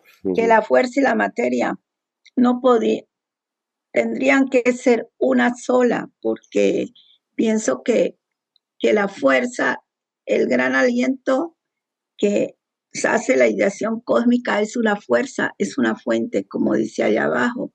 Claro. Es lo que da la energía para que esa materia salga y se desarrolle también. Gracias. Porque sí, o sea, están unidas, no pueden en realidad separarse, aunque en un momento puede que sí. Cuando dice inseparables, ¿verdad? Exacto, esta es una palabra muy interesante. Pero bueno, estas ideas no es para que las estudiemos por horas, No. si me van a disculpar, sino para motivarlos a que vean que en la doctrina secreta hay ideas muy interesantes para investigar, comparar con la ciencia, verlas cómo actúan dentro de nosotros, en la naturaleza.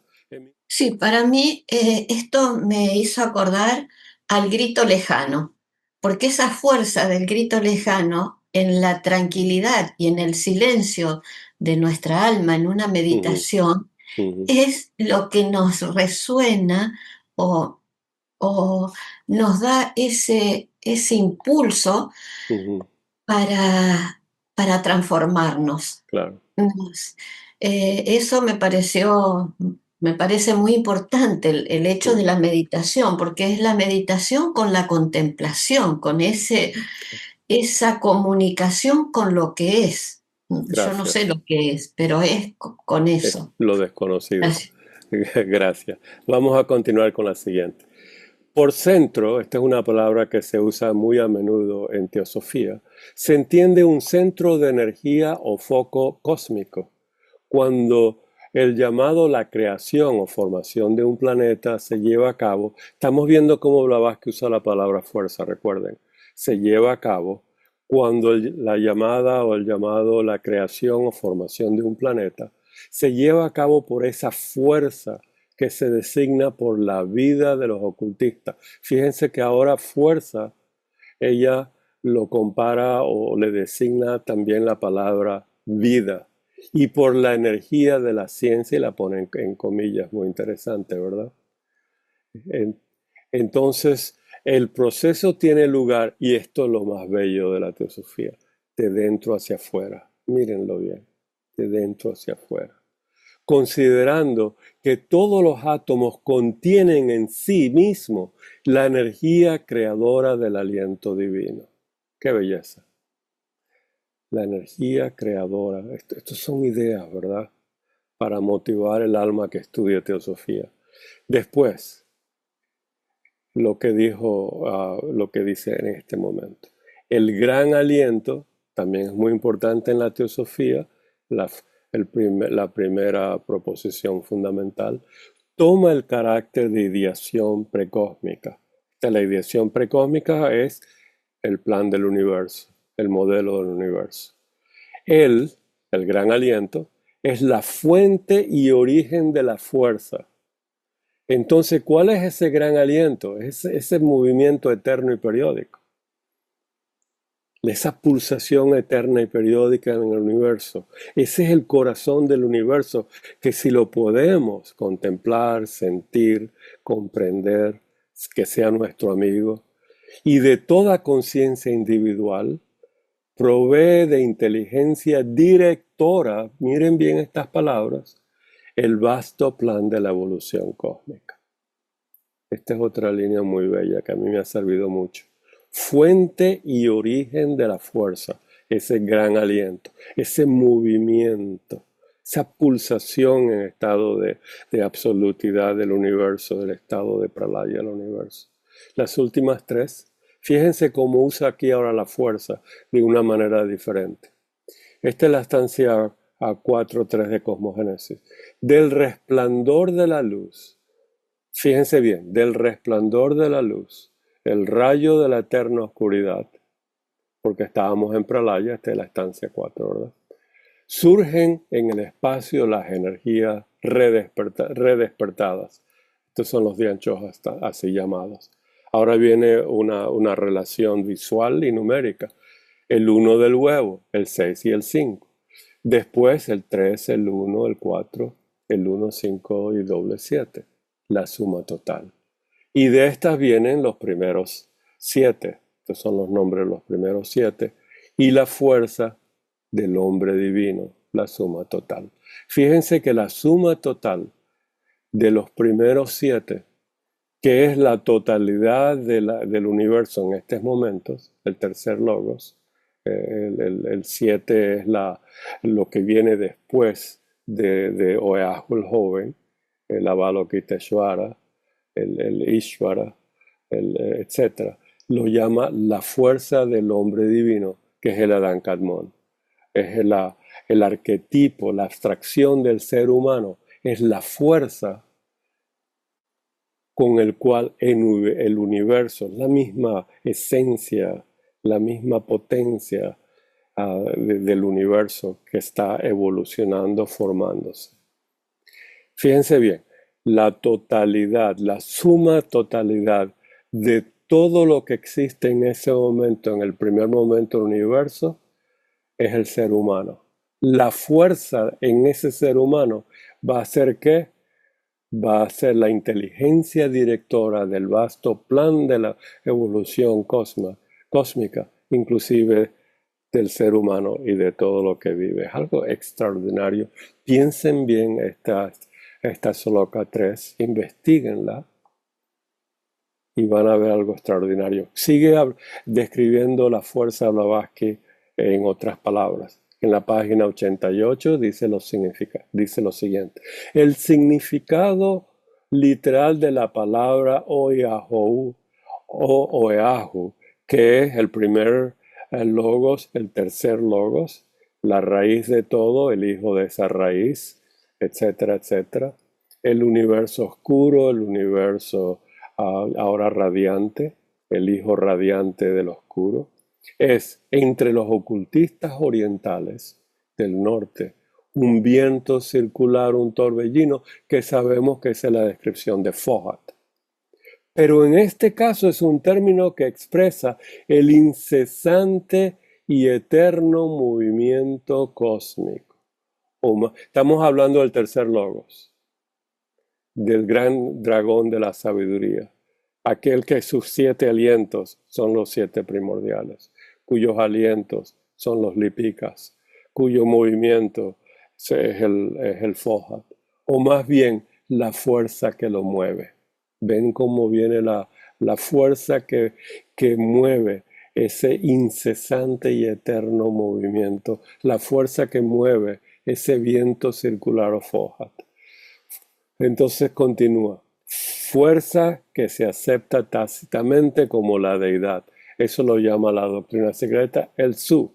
Ahora es Fohat, pero jamás nombrada. Es la eterna Karana, la causa siempre activa. Entonces, busquen lo que la doctrina dice, lo que es la deidad desconocida, la eterna Karana, y van a encontrar cosas muy bellas. Y el movimiento direccional inteligente es esa fuerza. Al fin, en esta última dice lo siguiente: Fohat tiene varios significados. Vean la estancia 5. Es llamado, fíjese bien, Fohat es llamado constructor de los constructores. Estos son los 7 segundos, ¿verdad? Los lipikas, y espíritus planetarios, etc., que es la fuerza que él personifica habiendo formado nuestra cadena septenaria. En otras palabras, Fohat es la fuerza constructora de la electricidad cósmica.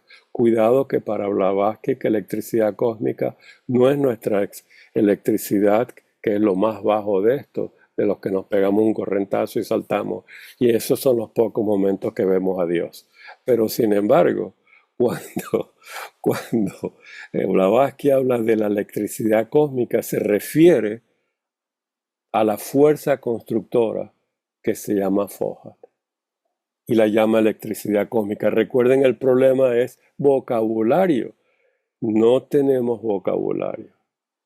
No tenemos un vocabulario suficiente para mejor explicar esto, de comunicar las ideas abstractas y esencialmente las causas primeras. Este es un problema.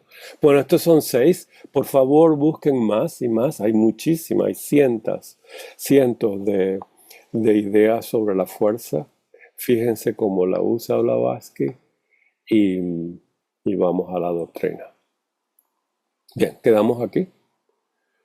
Entonces, ahora va a hablar a ciertas cosas que han dicho los científicos, y ella los va a resumir en 3 y los llama: esto justifica varios acertos de las obras ocultas.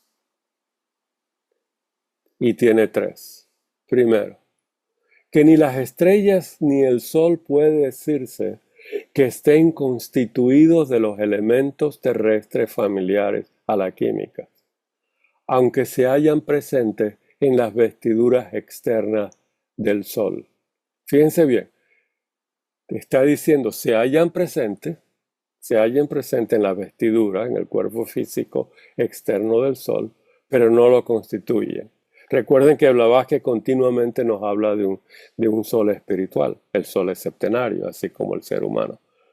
Es como decir, sí, tenemos en nosotros hierro, y tenemos calcio, y tenemos fósforo, magnesio, carbono, pero eso no es lo que constituye a Martín. ¿Lo ven? Eso no es lo que constituye a Martín, pero sí es la envoltura de Martín. ¿Ven la analogía? Ok. Entonces, así como también otros muchos elementos hasta ahora desconocidos por la ciencia. ¿Qué otras cosas? Por ejemplo, Daniel mencionó que en el Sol está ese plasma, ¿verdad? Ese plasma que en aquella época no tenían nombres para lo que constituyen los plasmas, me parece. No me acuerdo la historia de la ciencia en este momento, pero ¿qué es lo que constituye el plasma? ¿Se acuerdan? Daniel, ¿tienes la idea a la mano de lo que constituye el plasma solar? Bueno, pues fundamentalmente protones a 15 millones de grados centígrados y que están en un estado de sobreexcitación, que generan también un campo electromagnético, que son las tormentas solares y tal y cual. Entonces, o sea, no es un estado ni sólido, ni líquido, ni gaseoso. Gracias. Entonces podríamos decir que lo que quiso decir aquí en esa visión es, así como también contiene partículas subatómicas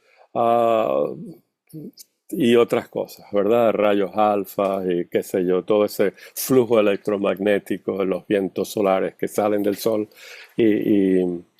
y que son ahora todavía desconocidos por la ciencia. No sé cuándo ¿cómo se dice encuñar la palabra plasma solar, etcétera? Ese es el fluido solar de Blavatsky. Entonces es interesante lo que dice en el primer punto. En el plasma está todo. Lo que pasa es que no está diferenciado, digo yo. Me parece a mí. Bueno, no sé, eso es interesante, si quiere decir que todo está en todo, que todo el material está en todo. Pero ya sabemos que en la ciencia plasma es algo específico, pero siempre hay algo más. En la ciencia para la teosofía siempre hay algo más que eso. El plasma lo llama Blavatsky el licor solar, como Paracelso, la fuerza solar, el viento solar lo llamamos a veces, los vientos solares, la vida solar, que nos da la vida, nos da esto y lo otro. Ya hemos estudiado esa parte. Y sí, pero por ahí hay algo, ¿verdad? Siente ese solar. Akenatón le dedicó toda su vida a adorar este viento solar y lo expresó como, ¿se acuerdan? Un sol, Akenatón en el antiguo egipcio, con brazos extendiendo del sol, dando la vida, dando el calor, es un símbolo muy bello de Akenatón, dando la vida. Martín, perdón, pero a ver, cuando dice elementos terrestres familiares a la química, esos elementos terrestres familiares, me llama que como en ese plasma están separados los núcleos de los electrones, es como que después va a haber una integración y a eso me llama... Ok, entonces fíjate, el Sol tiene sus componentes. La gran mayoría es el hidrógeno, ¿verdad? Y el helio, y un poquitito, y después tiene una cantidad por fusión, tiene una cantidad de otros, pero la razón es muy, muy baja. Eso es lo que constituye el Sol. Ahora, también tiene este plasma, este viento solar y eso es diferente de lo que constituye, pero es todo lo que llamamos el Sol, por decirlo así, ¿verdad? Pero si tú miras lo que dice en Google y dice, ¿qué constituye el Sol? Número 1 es el hidrógeno, ¿verdad? Y sin hidrógeno no hay Sol. Y el número 2 el helio, que había muy poco en la Tierra, ¿verdad? Etcétera, etcétera. Y están todos creo que hasta el hierro. Entonces, por fusión. Y ese es cómo trabaja el Sol. Pero después tenemos el plasma. Y ahí están las subpartículas y rayos y una cantidad de cosas. Ahí están los vientos. Y yo todavía no entiendo muy bien todo eso, pero sí entiendo que eso también tiene una constitución que nos da la vida y la energía y toda esa parte, ¿sí? Teosóficamente. Recuerden que siempre la teosofía le agrega algo más, el misterio, a la parte material. Segundo, que nuestro globo tiene su laboratorio especial en los confines de su atmósfera, cruzados los cuales todo átomo y molécula cambian y se diferencian en su materia primordial. Esto no está explicado, pero es muy interesante. Y gracias a que tenemos ese laboratorio especial, el Sol no nos mata. Porque el Sol tiene esa propiedad que si no tuviéramos esta atmósfera, estuviéramos ya cocinados totalmente de adentro para afuera y de afuera hacia adentro, con los rayos infrarrojos y ultravioletas, y entre otros. Pero no tenemos una explicación bastante sobre esto. Pero sí sabemos que la atmósfera cumple una función muy importante para nosotros y habría que estudiarlo desde el punto de vista teosófico. Y tercero, nos dice que aun cuando ningún elemento presente en nuestra Tierra fuese posible que faltara en el Sol, todo lo que está aquí está en el Sol. Eso no es cierto, el Sol creo que no tiene uranio, no tiene los elementos pesados. Hay en muchos otros que no han sido alcanzados ni descubiertos todavía en nuestro globo. Esto no sé si está hablando de los elementos físicos o metafísicos, pero aquí en la Tierra hay elementos pesados, que yo creo que en el Sol en fisión todavía no lo ha logrado, y si me acuerdo de lo que estudié y lo que han dicho, solamente cuando el Sol entra en un estado de explosión novática, ¿sí? Entonces tiene esa energía suficiente para crear los elementos más pesados que forman el planeta, también parte de la formación. Entonces, estas son ciertas ideas, ¿verdad?, que nos da Blavatsky sobre el mundo científico de esa época. Y como les dije, no vamos a estudiar la historia de la ciencia. Al que le interese, eso lo puede estudiar. Yo lo que estoy buscando, lo que dice la teosofía, las perlas teosóficas, por decirle así. Entonces, hablando de esta cita, nos dice Blavatsky, esta es la descripción en un lenguaje estrictamente científico de la época, recuerden de la época, pero hermoso, de la evolución del universo diferenciado, según las enseñanzas secretas. El erudito caballero termina su discurso con palabras, cada una de cuyas frases es como un brillante rayo de luz tras el negro velo del materialismo. Fíjense, esto es lo más bello que tenemos que tener nosotros bien presente. Cuando estudiamos ciencia, filosofías, religiones y artes y veamos y entendemos que hay algo de verdad ahí, esta es la línea que debemos recordar. Es como un brillante rayo de luz que nos ilumina, que nos transmuta, que nos hace despertar, que nos hace recordar la teosofía dentro de nosotros, que nos hace recordar en qué estado de madurez espiritual estamos. Esta es la línea que define la edad de nuestra alma, de su peregrinaje. Cuando oímos algo y vemos algo y nos llama la atención y vemos y decimos, ahí hay algo verdadero. No sé qué es, pero ahí hay algo que mi alma habla con ella, vibra con ella. Esto es ese. Es el brillante rayo que viene del Buddhi, viene de Alaya, viene del alma del universo. Leyendo eso, la envoltura, las palabras, y ¿qué hace? Tras el negro velo del materialismo. Eso es lo que llama un Big Bang dentro de nosotros que nos despierta. ¿Nos despierta a qué? Al estado que vamos a continuar de nuestros estudios anteriores, de vidas anteriores. Nos despierta. Eso es un CD bellísimo. Entonces, aquí hay una perla que nos muestra qué somos, en dónde estamos y cómo despertamos a la teosofía. Y otra línea muy interesante de esto está en la siguiente página. Entonces dice lo siguiente: así pues, la ciencia inductiva, en sus ramas de astronomía, física y química, a la vez que avanza tímidamente y ahora en pasos extraordinarios, ¿verdad?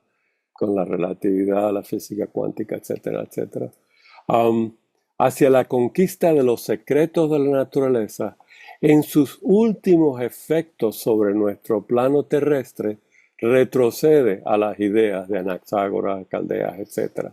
A lo siguiente: el origen de nuestro mundo fenomenal, esta es la A. Ahí es donde vamos, a la causa inicial, al origen inicial, y la B, los modos de formación de los cuerpos que contiene el universo. El origen y la formación. Recuerden que nosotros llamamos manifestación, emanación, la ciencia la llaman la formación del universo. Una palabra muy científica.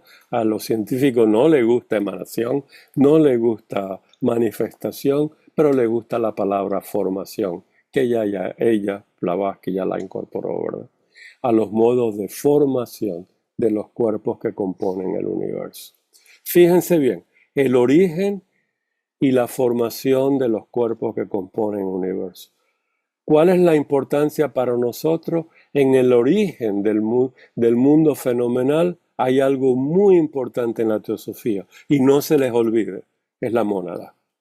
La mónada teosófica no la van a encontrar así descrita en ninguna filosofía. Fue una revelación teosófica. Atma Buddhi Mana. Dual en su peregrinaje, triple en la condición humana y ya individualizada.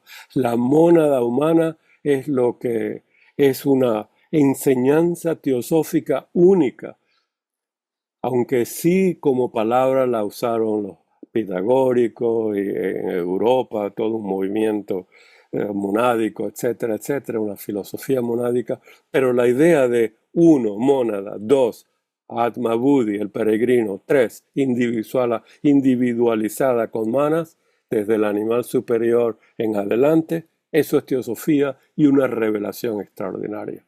Entonces, en este A y B estamos viéndonos a nosotros mismos, de dónde venimos, a dónde vamos y quiénes somos. Porque el estudio de la mónada nos va a revelar una cosa. Si de verdad la estudian y la investigan, y no repiten lo que estudian, pero la contemplan, se van a dar cuenta. La esencia monádica es la misma esencia del universo. Y en esa unión está nuestra vida mística. Esa es la gran diferencia. Ese es el camino teosófico. Por supuesto hay que hacer el bien. Por supuesto hay que tener una vida virtuosa. Por supuesto hay que ser moral. Por supuesto Shila y Dana y Shakti es importante. Pero la vida mística es el tesoro de la teosofía. Mostrar que el origen del universo, el origen del ser humano es uno y es lo mismo, porque esencialmente somos uno. ¿Qué les parece? Esa es la gran enseñanza de los teósofos.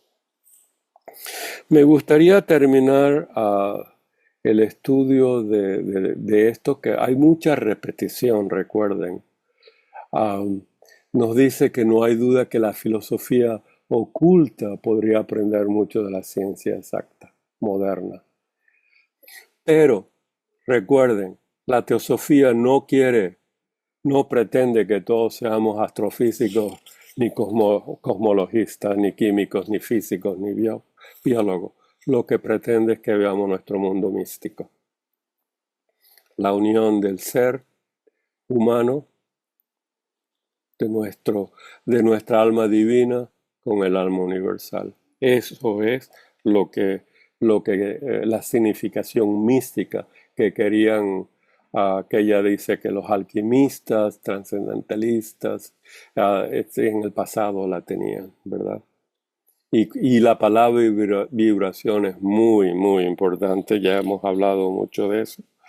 Entonces, para terminar, me gustaría leer un pedacito que es esto, las teorías basadas sobre la no aceptación del concepto de la fuerza. Recuerden lo primero que deben observar, que es singular y capitalizada.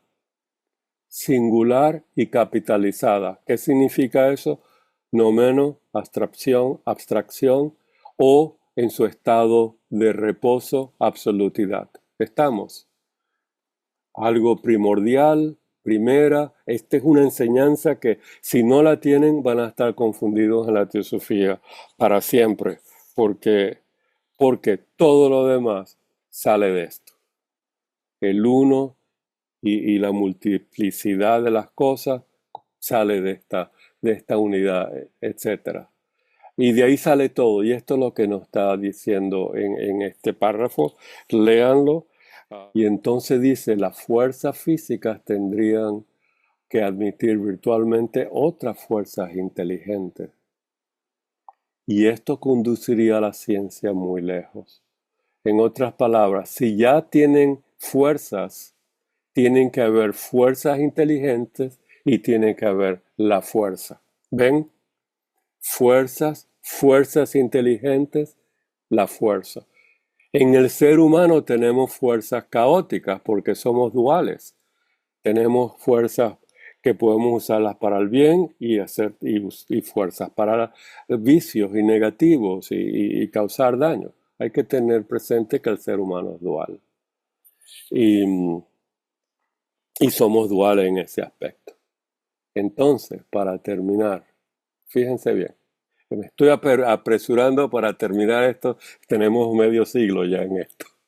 Dice lo siguiente.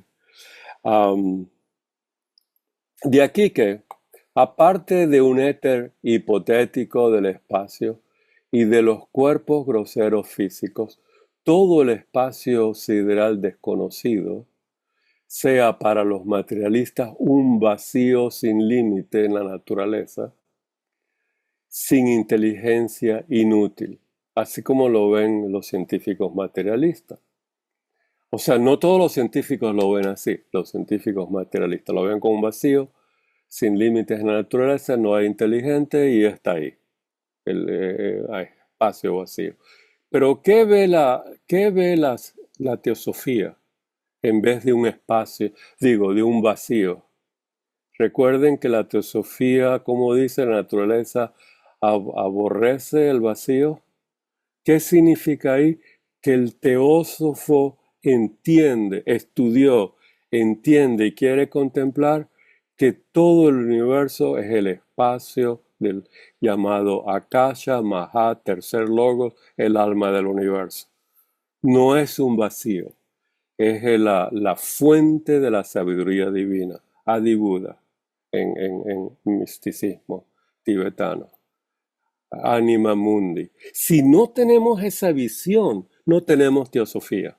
Si perdemos la visión cuando estamos estudiando ciencia, que detrás de todo ello está, como nos dice el proemio, todo está basado, sujeto, emerge del alma del universo. El círculo blanco. Todo eso, ahí están las ideas de la cosmogénesis, ahí están las ideas platónicas. Ese es la fuente de la sabiduría esotérica.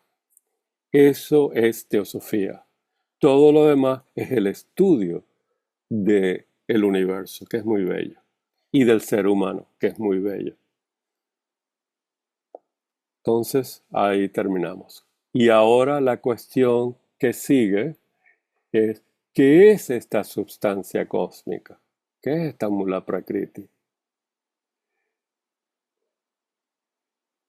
Sustancia cósmica y Prakriti, cósmica, ¿verdad? ¿Y hasta qué punto se puede avanzar en la deducción de su naturaleza? ¿Cuál es su naturaleza? O en arrancarle sus secretos, sintiéndose así en lo firme al darle un nombre. ¿Hasta dónde y especialmente ha avanzado la ciencia moderna en la dirección de estos secretos? ¿Se acuerdan la voz del silencio? Trabaja con la naturaleza y te abre los tesoros, sus secretos. ¿Y qué es? Esa es la contemplación, ¿verdad? ¿Y qué es? ¿Y qué es lo que hace para resolverlos, para mostrarlos? El último favorito de la ciencia es la teoría nebular. Puede proporcionarnos alguna contestación a esta pregunta. Vamos a volver a ella. Y a ella la ha tocado como en 3 tópicos, pero quiere volverlas a retomar. Así que vamos a ver ciertas ideas, ciertas perlas. Pero aquí, en este último párrafo de la sección 12 o el capítulo 12, nos pregunta, esta materia asociada con la fuerza, ¿qué es? ¿Qué secretos tiene? ¿Cuál es su naturaleza? ¿Y cómo lo podemos observar? Y eso es exactamente lo que los budistas nos llaman. Lo podemos hacer a través de Samadhi y Prajna.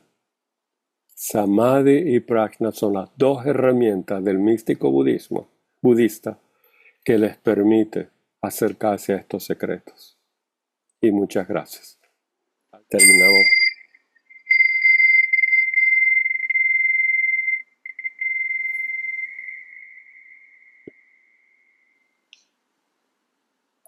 Muchas gracias, Carlos. Muchas gracias a todos por participar. Daniel, por tu presentación, preguntas fabulosas. Recuerden, es un grupo de estudio. Entre todos estudiamos y seguimos en 2 semanas.